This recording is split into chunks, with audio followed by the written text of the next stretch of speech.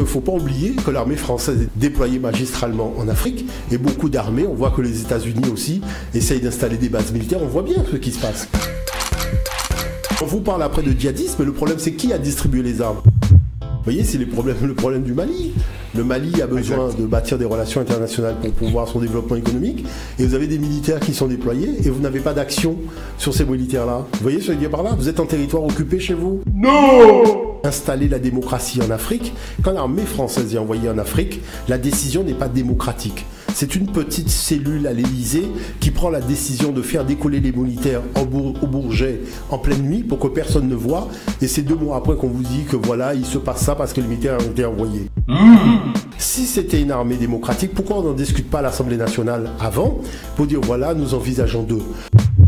Alors, la chose, c'est que tous les pays européens savent très bien que la France fonctionne comme une monarchie vis-à-vis de l'Afrique. Parce que c'est le seul pays européen où, quand il y a une intervention en Afrique, ça ne passe pas par l'Assemblée nationale. Il n'y a que la France qui fait ça. Et ça remonte à la France-Afrique avec les Focard et compagnie. Vous voyez, je veux dire par là? Et ça perdure jusqu'à aujourd'hui. Alors après, venir dire qu'on va installer la démocratie ou parler de démocratie, alors que la décision n'est pas démocratique, il faut quand même arrêter de prendre les gens pour des imbéciles.